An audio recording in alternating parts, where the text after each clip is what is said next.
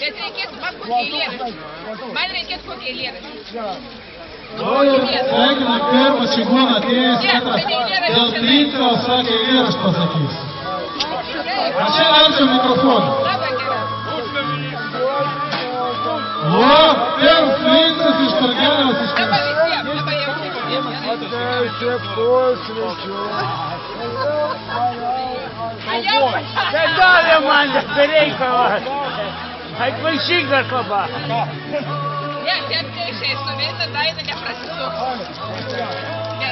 Tikmo žirgai, ir kovoj. Gerai, viskas, kol kas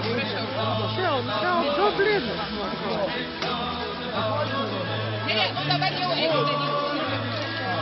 Viskas jau. Dabar gausi.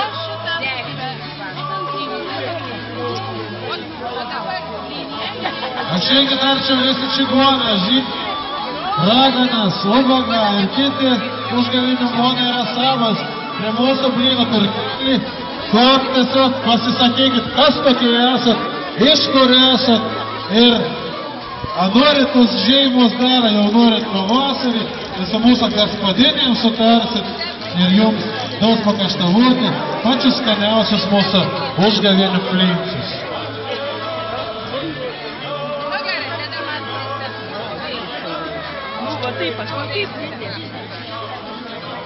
O, ir policija atvežė mūsų čigonus su visą puokštę. Nu, šaunuomė esat, akšėkit, ir jodų plincų gausit, akšėkit. Nešalkit ant to mašino, akšėkit plincų valgyti.